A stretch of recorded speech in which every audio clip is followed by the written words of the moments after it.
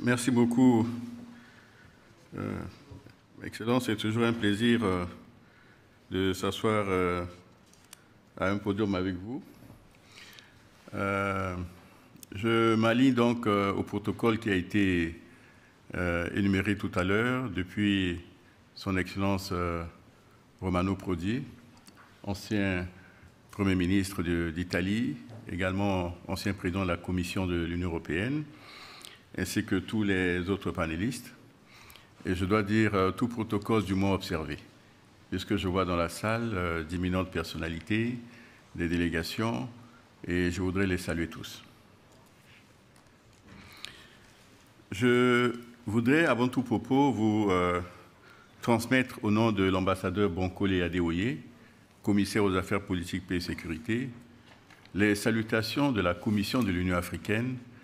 et de son président, son Excellence Moussa Faki Mahamat, qui, comme l'a dit le président Mouécha, sont tous occupés à travailler pour la réussite du partenariat Union africaine-Union européenne qui se tient en ce moment même à Bruxelles. Je voudrais, avec votre permission également, saluer Fabio et sa dynamique équipe de EKES pour nous avoir associés à cette réflexion, à cet événement, également et surtout pour l'excellente collaboration que nous avons eue avec EKES et avec l'Union européenne de façon générale, ainsi que pour les nouvelles initiatives qui vont être lancées bientôt, puisque nous sommes dans la phase, n'est-ce pas, de lancement des nouveaux programmes. Mesdames et messieurs, le thème proposé à notre réflexion du jour, à savoir renforcer les capacités des acteurs électoraux en Afrique, dans le cadre du partenariat Union africaine-Union européenne, retient particulièrement notre attention en tant qu'Union africaine, mais également en tant qu'Africains. Comme vous le savez déjà, et je souhaite de le réitérer ici, le département des affaires politiques, paix et sécurité de la Commission de l'Union africaine a également pour mandat la promotion de la bonne gouvernance, de la gouvernance démocratique et participative en Afrique et le renforcement des institutions électorales, ce qui implique un soutien aux organes de gestion des élections ainsi qu'à toutes les plateformes de partage d'expériences et de réflexion sur les politiques et les processus électoraux sur le continent. En tant qu'acteur incontournable de la construction et de la consolidation de la démocratie sur le continent, les organes de gestion des élections contribuent directement à la réalisation de l'agenda 2063 de l'Union africaine qui vise à œuvrer pour une Afrique intégrée, prospère et en paix, conduite par ses propres citoyens et représentant une force dynamique sur la scène internationale. Le partenariat Union africaine-Union européenne est à ce titre essentiel pour le renforcement des initiatives africaines pour la consolidation de la paix et la sécurité à travers des processus électoraux crédibles, transparents et inclusifs. Ce partenariat doit se faire autour des éléments de convergence et de principes qui sont énoncés dans les instruments de l'Union africaine, les instruments internationaux également, mais également les instruments des institutions communautaires africaines à travers les communautés économiques et régionales promouvant la démocratie et la bonne gouvernance. À cet effet, la Charte africaine sur la démocratie, les élections et la gouvernance recommande d'ailleurs aux États de créer et renforcer les organes électoraux indépendants et impartiaux chargés de la gestion des élections, comme première obligation. Deuxièmement, de créer des mécanismes nationaux pour régler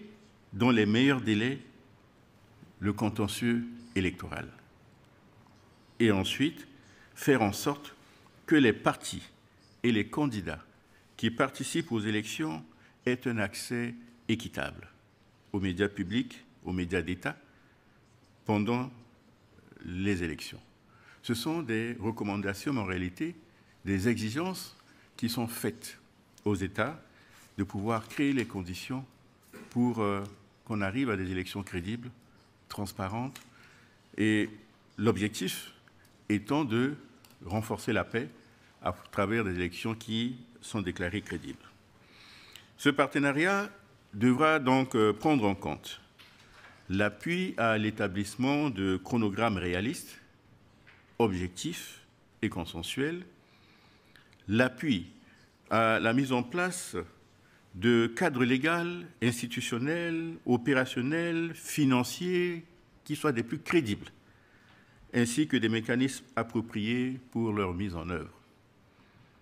Le renforcement des capacités des acteurs du processus électoral, etc., etc. Donc, parmi les actions les plus essentielles autour desquelles nous devons, pour les prochains programmes, focaliser nos énergies afin de créer les conditions favorables à des élections crédibles et démocratiques en Afrique. Cette réalité nous invite à une réflexion collective afin de mieux cerner les enjeux et tracer des pistes claires pour le renforcement de notre partenariat, mais également pour nous mettre en adéquation avec la méthodologie et les mécanismes pour leur mise en œuvre. Je ne saurais terminer mon propos sans évoquer les nouveaux défis auxquels nous sommes confrontés aujourd'hui sur le continent africain, à savoir la résurgence des changements anticonstitutionnels du gouvernement. Je ne vais pas élaborer sur cette question puisque mes préopinants sont revenus largement là-dessus pour évoquer, n'est-ce pas, ce défi qui se pose aujourd'hui au continent africain et notamment certaines régions du continent lorsqu'il s'agit, n'est-ce pas, de la promotion du constitutionnalisme, de l'état de droit, autant de valeurs qui participent à la consolidation de la paix et de la sécurité sur le continent. Il s'agit là d'une contingence qui crée des crises politiques, qui impose des consultations politiques comme compromis de sortie de crise, qui constitue en fait une brèche à la vie démocratique, à l'état de droit, comme nous l'avions mentionné plus haut. Mais fort heureusement, l'Union africaine et ses communautés économiques et régionales sont en train de porter la réflexion pour trouver des pistes afin de renforcer le système, l'environnement démocratique en Afrique et surtout de mettre fin à cette recrudescence, n'est-ce pas, de changements anticonstitutionnels de gouvernement. Nous aurons d'ailleurs en mi-mars un grand forum qui sera une occasion de lancer la réflexion sur les changements anticonstitutionnels de gouvernement, sur la base des études qui avaient déjà été faites sur ces changements anticonstitutionnels de gouvernement, afin de proposer des réponses appropriées pour que nous puissions mettre fin définitivement à cette situation. Je voudrais peut-être, pour finir, remercier le gouvernement italien pour avoir appuyé EQUES, notre partenaire, sur le plan financier, dans sa mission d'accompagnement des efforts de l'Union africaine et de ses communautés économiques et régionales dans le renforcement de la démocratie à travers les appuis qui sont apportés aux organes chargés des élections. Nous sommes d'avis et nous sommes convaincus que les autres vont suivre, l'Union européenne également, pour que nous puissions tous ensemble, dans le cadre de ce partenariat que nous voulons dynamique,